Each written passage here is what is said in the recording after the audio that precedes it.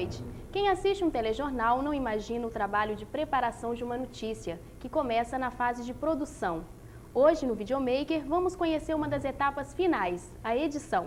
Para conversar com a gente sobre esse assunto, Luciana Becacici. Mas antes, vamos conhecer o seu vídeo documentário Edição em Telejornalismo. Motorista embriagado atropela 3 pessoas em Vitória. Existem linhas editoriais.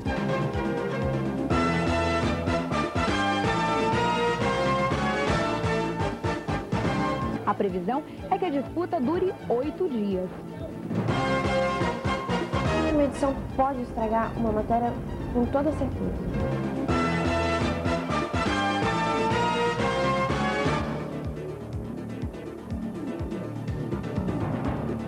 A ideia é uma reunião rápida que a gente faz diariamente para que a gente comece a pegar as ideias, ver o que a gente poderia estar produzindo. E aí você junta essas ideias e pensa numa pauta que poderia ser interessante, que poderia agradar o público.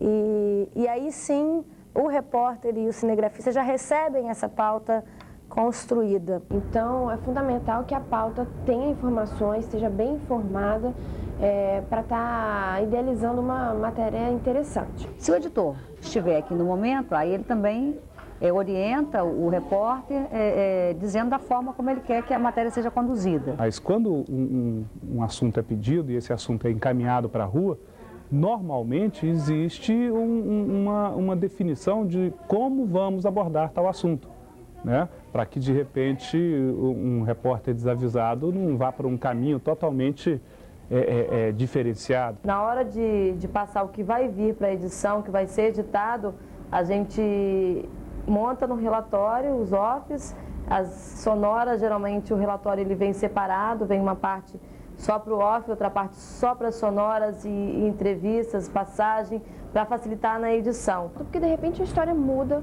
na rua, então ali entra a sensibilidade do repórter casada com a sensibilidade do cinegrafista. Assim como a edição pode transformar uma matéria mais ou menos numa matéria super legal de ver, interessante, a edição também pode destruir uma matéria super interessante, com conteúdo, com imagens suficientes, em algo que não condiz com o que foi captado, com o que o repórter trouxe da rua. A primeira coisa que eles têm que fazer é ler a pauta juntos e discutirem a matéria juntos. Não adianta o repórter pensar numa coisa e não contar para o cinegrafista. Então o repórter, ele absorve aquelas informações que estão ali e ele passa para o cinegrafista dele, né? Um efeito meio que em cadeia. Então, se para fazer bem feito com que chegue na ilha de edição a matéria, o texto casado com a imagem, isso depende basicamente do entrosamento do chefe de reportagem, né? Da equipe, que é o repórter, com o seu cinegrafista. Se o editor achar que pode puxar para um outro lado, pode encaminhar a matéria de uma outra forma, ele tem esse poder de alterar a matéria. Porque hoje a gente cada vez mais valoriza a imagem, né? Cada vez mais uma imagem forte, uma imagem bonita, uma imagem impactante consegue fazer com que a matéria fique cada vez melhor. Um texto que começa com o famoso leadzinho, aconteceu isso não sei aonde, com fulano de tal, há tantas horas, tal. Isso não é um texto para TV. Funciona bem na verdade, para jornal e tal. Agora, para televisão, o texto tem que ter frase de impacto, o texto tem que mesclar bem frases curtas com frases um pouco maiores, tem que ter uma pimenta. Eu acho que é o tempero do repórter. Eu vou dar um exemplo. Eu normalmente edito as minhas matérias. Eu chego com uma concepção na redação e na ilha de edição eu percebo que não, eu poderia ter sido mais sucinto em algum aspecto, ou vejo que tem uma sonora muito mais interessante que pode ser, né, trazida para o início da matéria, é algo mais chamativo. Então não existe uma fórmula assim segmentada, uma fórmula que está ali, estanque. Não é isso. E chegando à edição, que eu acho que aí, no meu caso, editora-chefe, eu acho que que a gente controla, entre aspas, um pouco a forma como que o processo vai ser conduzido, para que possa casar respeitando sempre o que o repórter está trazendo, porque é ele que está no local. Não existe fórmula intocável, de forma alguma. Isso dependendo do material que chega, dependendo do andamento da edição, você pode mudar a estrutura. Não tem por que o editor ser o principal agente da matéria. Não, ele só vai burilar, ele só vai dar uma modelada naquilo. É claro que quando a matéria vem, se o repórter não está afinado, às vezes ele vai trazer uma matéria que não é nada daquilo que surgiu na origem da pauta, que saiu da minha cabeça ou da cabeça da pauteira, que às vezes acontece. Chega lá e vem a matéria da rua, poxa, essa pauta saiu da minha cabeça, não veio nada daquilo que eu esperava. Aí o editor tem que fazer todo um trabalho para tentar tirar daquele material bruto, né, que o repórter traz, e fazer as modificações necessárias para que passe a informação da maneira que a gente quer. Essa é a função do editor, dar forma ao material bruto produzido pelo repórter. Mas é o que eu te digo, tem editores e editores. Não tem jeito, porque se você não tiver também uma boa equipe, o editor, por mais que ele se esforce, ele vai até conseguir dar uma melhoradinha, mas nunca vai sair uma boa matéria. Então, assim, se já vem um trabalho bom desde a pauta, passando pela reportagem, caindo nas mãos do editor, aí ele tem um material bruto, mas assim, é aquele tesouro nas mãos, né? Para ele estragar aquilo só sendo muito incompetente, entendeu? Então, assim, claro, a função do editor é dar forma à matéria e a responsabilidade da edição é muito grande. É evidente que certas matérias são mais delicadas, têm um grau maior de responsabilidade, então aí se acaba interferindo mais. Costumo dizer que o editor de imagem e o editor de texto, são as pessoas que transformam o bruto numa reportagem, num VT acabado, são os primeiros telespectadores dessa matéria. Se ele pega a matéria, começa a montar e não entende nada, veio errada, a estrutura dela está errada. Então ele tem que sentar com o repórter e falar, o que é isso? Né? Vamos chegar a um acordo, o que você quer dizer com isso? Então, o que vai ao ar, a responsabilidade é do editor, sim. E o repórter, na verdade, quando ele também já está há muito tempo com você, ele também já é um pré-editor, né? Ele também já conhece um pouco como a coisa funciona. Mas eu acho que é ele o grande autor mesmo, é ele o criador, é ele que estava lá. E na hora de editar é evidente que a gente também corta uma coisinha aqui, por vezes até chateia um repórter, poxa, ele vem, cortou logo aquilo ali que eu tinha pensado, que era o mais bacana da matéria, porque às vezes na edição aquilo que ele imaginou de repente não funcionou bem para o que a gente estava precisando. Está nas mãos da edição, o trabalho de todo mundo está na mão daquela pessoa para estar dando forma, para estar dando conteúdo. É um trabalho de muita responsabilidade. O editor aqui, ele funciona muito como um professor, ele vai corrigir, sabe, aquele texto que vem na estrutura que às vezes não está muito adequada, porque a pessoa não tem ainda muita noção. Não, essa entrevista não fica melhor depois da passagem. Essa entrevista vai informar melhor se ela estiver antes do outro off, né? Então, o que dificulta mais o trabalho do editor, no nosso caso, é isso.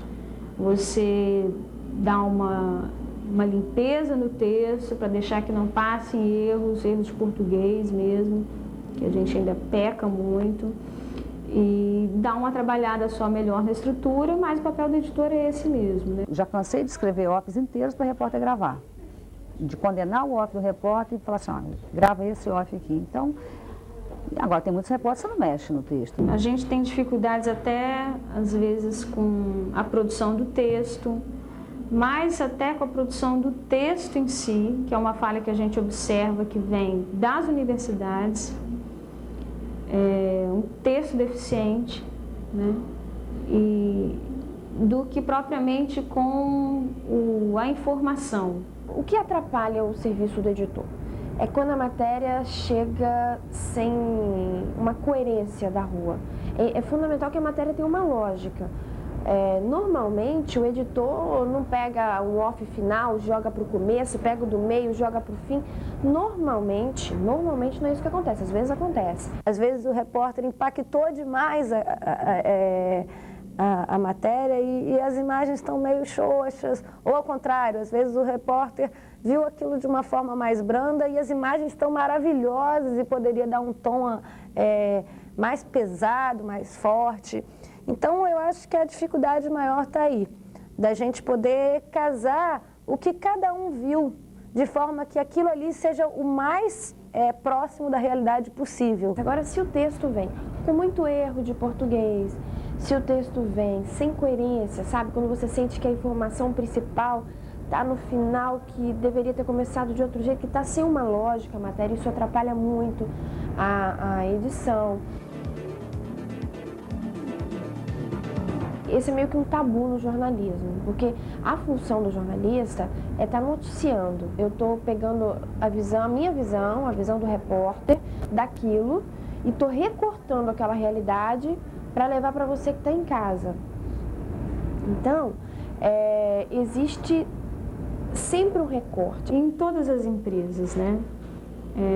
Mesmo públicas ou privadas, né? Se a empresa for do governo, ela vai ter um enfoque, a empresa for privada de um determinado ramo ou de outro, ela vai ter outro enfoque. Dizer que não é estar negando o óbvio, né?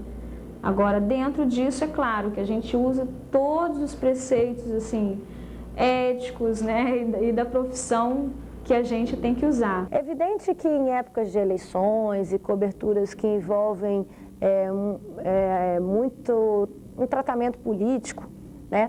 A gente tem certas restrições, até mesmo legais, né? A gente tem umas coisas, a gente tem leis que a gente tem que respeitar e que em certos momentos a gente tem inclusive que parar de entrevistar candidatos. Existem aqueles períodos que as leis nos impedem de fazer determinadas coisas. Assim como a Rede Globo, aqui na TV Gazeta nós temos normas, até porque existe uma legislação específica para a cobertura de eleição, né? E com as normas, com o Código do Jornalista, e com as normas de redação que a Globo e a TV Gazeta têm, a gente tenta harmonizar e colocar tudo isso de forma que a informação não seja prejudicada, mas e sem burlar a lei.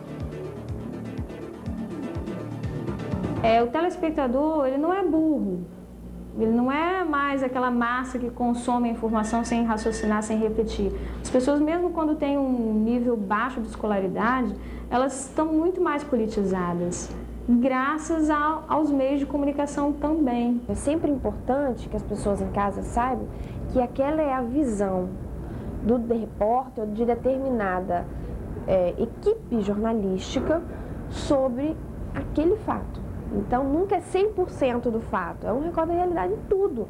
E por isso é importante que as pessoas tenham consciência crítica, as pessoas que estão vendo o telejornal tenham consciência crítica de que nem tudo que é passado é o ideal.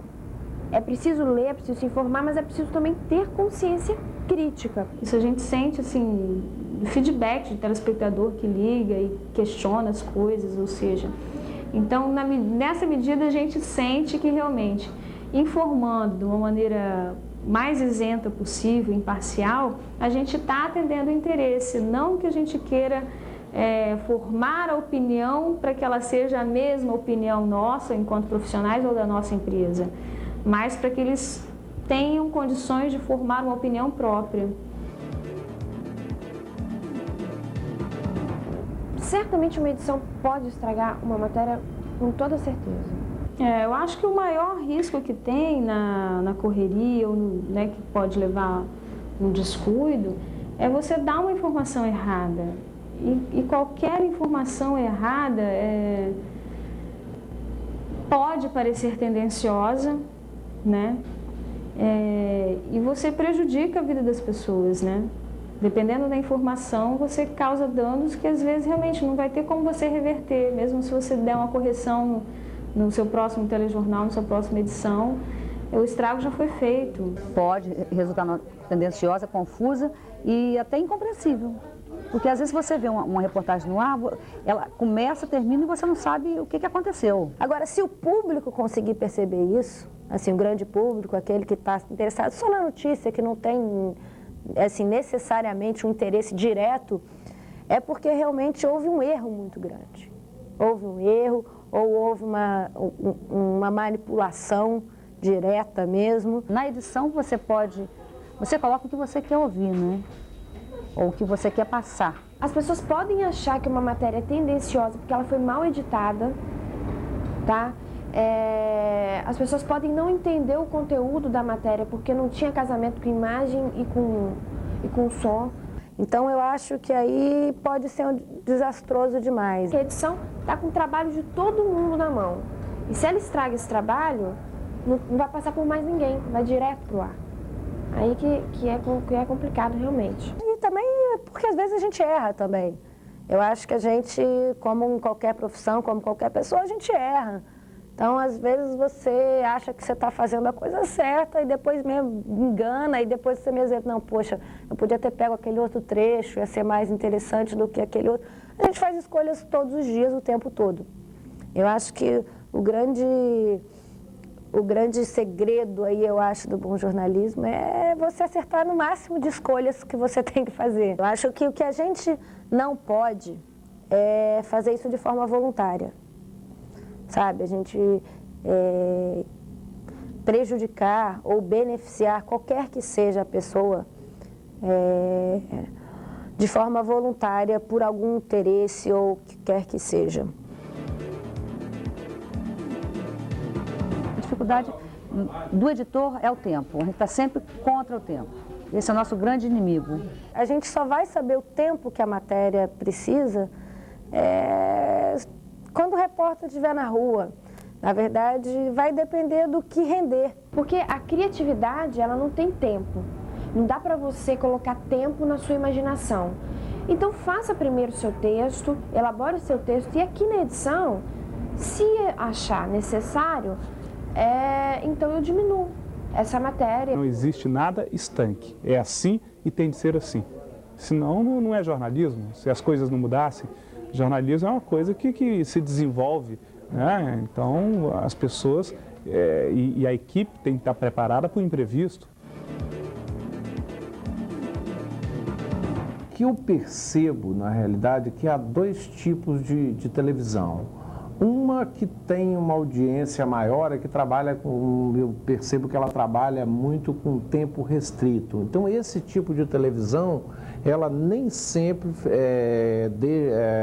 presta fidelidade a toda a sua declaração. Mas a regra também existe para ser quebrada, né? E há uma outra televisão, e eu tive a oportunidade de ver isso numa TV em Cachoeira de Itapemirim. Quer dizer, eu concedi uma entrevista sobre educação profissional de quase 40 minutos. E eu percebi que eles levaram ao ar permanentemente, quer dizer, com fidelidade, tudo aquilo que foi dito, da forma que foi tratado o assunto. Às vezes você está esperando uma fala perfeita do entrevistado e o entrevistado fala em 5 minutos o que você precisaria de que ele falasse em 20 segundos. Então, você tem uma dificuldade para cortar, para emendar, para acertar. A gente, na verdade, faz uma entrevista e acaba tendo, na edição dessa matéria, a surpresa de ter tido praticamente tudo aquilo que foi falado veiculado. Em alguns casos, sempre há cortes, principalmente em telejornais mais rápidos, em que muitas vezes são omitidas certas falas, talvez até importantes. Uma vez eu tive isso, mas aí é justificável, até por conta de uma postura editorial de uma empresa. Foi agora, nas eleições presidenciais, então existia uma determinação da Globo. Eram 4 os principais candidatos à presidência da República. Então, eles fechavam em São Paulo com Serra. O material de São Paulo tinha dado 1 minuto. O Lula, aqui no Espírito Santo, na visita dele, tinha de dar 1 minuto. Por uma questão de linha editorial, para que os candidatos depois não viessem reclamar, poxa, então aí era cravado, aí eu sofria na rua, aí eu tinha de fazer aquela história do Lula, por mais que ele tivesse feito coisas aqui, em 1 minuto. Aí você engessa o repórter, é dificílimo. Dependendo do entrevistador, ele pode, sem dúvida nenhuma, direcionar a entrevista em outro sentido. Mas o normal é que isso aconteça. O grande problema talvez seja do tempo disponível para as explicações. Eu procuro ser fazer uma síntese bem forte dos assuntos, porque eu percebo claramente que se você deixar o assunto muito em aberto para a televisão, eles não permitem que você feche, entendeu? Então você tem que ter uma capacidade muito grande de síntese para aproveitar o tempo. O tempo na televisão, o tempo é dinheiro em qualquer lugar, mas na televisão isso daí fica bem patente. Existem linhas editoriais, então a maneira como eu escrevo, por exemplo, para um jornal, é diferente da maneira que eu escrevo para outro jornal de rede nacional, por exemplo. Toda empresa tem suas políticas, né? Então, de acordo com a empresa, você tem que seguir. Por exemplo, a gente aqui que trabalha na Gazeta, a gente não mexe com acidente e tal, de mostrar a pessoa despedaçada, essas coisas. Então, toda empresa tem uma política. A gente tem percebido alguns casos em que acaba havendo um impasse entre entrevistador e entrevistado. E, às vezes, o entrevistador perde o time e tenta impor a sua opinião. Isso vai refletir no texto e na condução da matéria.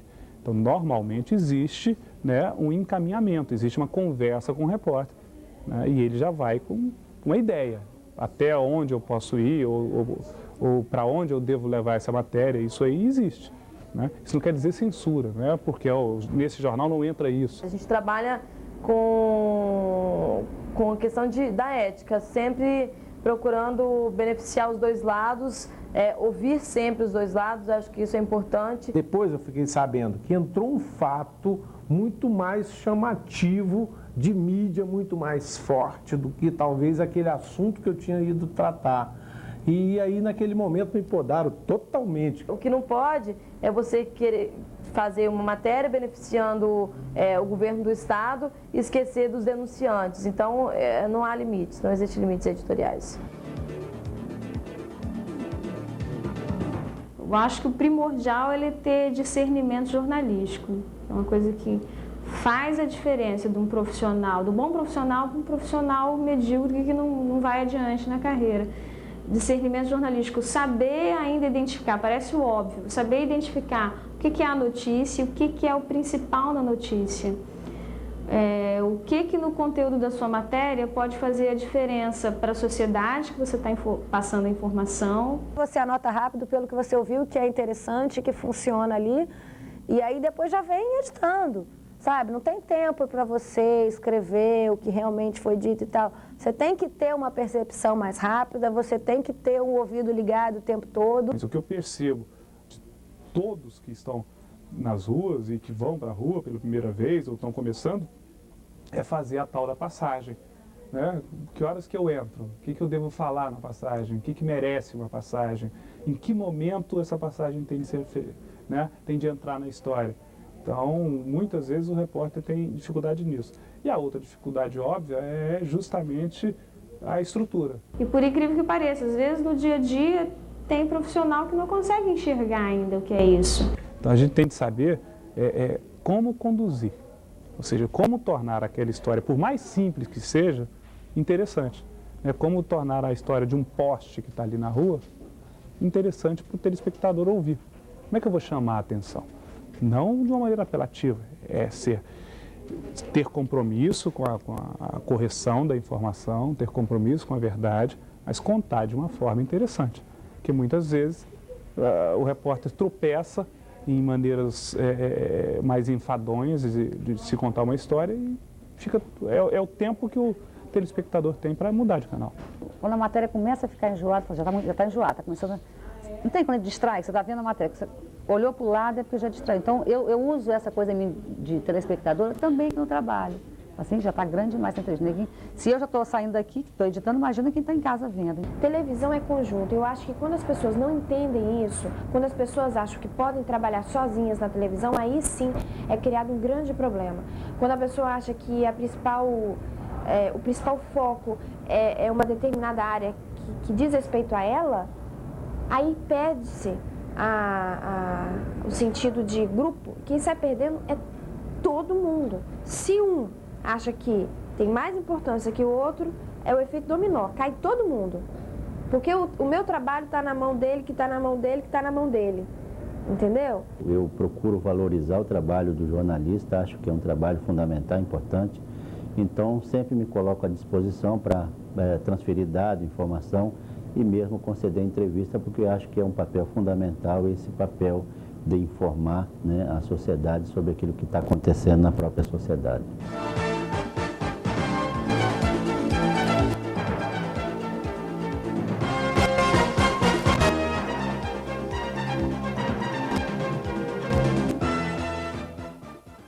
Acabamos de assistir o vídeo documentário Edição em Telejornalismo, produzido por Lorenza Grativol e Luciana Becacice, que é a nossa convidada de hoje. Boa noite, Luciana. Boa noite. Tudo bem? Tudo jóia. Luciana, antes de uma matéria ir ao ar, ela passa por todo um processo, né? Que envolve desde o pauteiro até o repórter e cinegrafista. Você acha realmente que esse é um trabalho que deve ser feito em equipe? Claro, como qualquer trabalho para ser bem feito tem que ser feito em equipe, né? Então acredito que cada um tem a sua importância, tem no seu respectivo momento, cada um tem a sua importância. Desde do pauteiro, do roteirista, inclusive o cinegrafista também tem muita importância no momento da captura das imagens, né? Ele também vai selecionar na rua quais são as imagens importantes para poder estar fazendo parte, né, do vídeo, enfim, até a edição, cada um deles tem o seu papel principal. Vocês fizeram esse documentário que mostra como é o processo de edição em telejornalismo. E como foi editar esse documentário?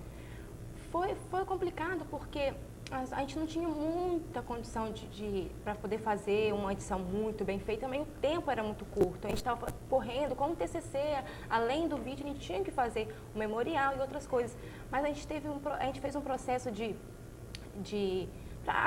agendamento de entrevistas, para poder fazer as reportagens e tudo.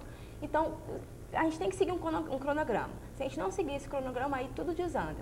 Entendeu? O cronograma é muito importante para poder fazer uma boa matéria. Vocês utilizaram uma linguagem bem rápida, né, dinâmica. Por que vocês escolheram esse formato? A gente escolheu porque a gente estava querendo falar para jovens, né? Então, a gente, como todos, a gente via vídeos cansativos, a gente não queria cair sempre na mesmice, a gente queria que desse um dinamismo maior, entendeu, ao vídeo. Então, o corte seco foi a maior arma que a gente usou. Tá. E por que vocês resolveram documentar esse processo de edição em telejornalismo? Porque a gente viu que ali existia uma grande curiosidade dos telespectadores, entendeu? Por que foi dessa forma falado e não foi daquela forma, entendeu? Porque se eu estava lá e vi dessa forma e quando eu vi na televisão a matéria, ela não foi dita dessa maneira, entendeu? Então a gente viu que aí tinha um problema, que a gente podia pesquisar a fundo, a gente podia ir a campo, conversar com os profissionais da área para poder estar nos ajudando a passar as informações corretas para o telespectador. Tá, você concorda que a edição é que dá rumo para a reportagem? Como a gente falou no começo, eu acredito que tudo é o que dá rumo à reportagem, desde o começo até o final. Eu acredito que desde a hora que o cinegrafista está captando as imagens, ele está dando rumo para a reportagem. Quando o repórter que tem uma visão, vamos ali agora, olha ali, viu um furo ali, entendeu? Então, acho que esses rompantes, assim, que a gente consegue ver que é ali que a gente consegue estar seguindo com uma matéria legal. Luciana, muito obrigada pela sua participação aqui no Videomaker. E você, videomaker, que está a fim de mandar o seu vídeo, o endereço é esse que está aparecendo no seu vídeo, videomaker@faesa.br. Obrigada pela sua companhia, o Videomaker fica por aqui e até a próxima semana.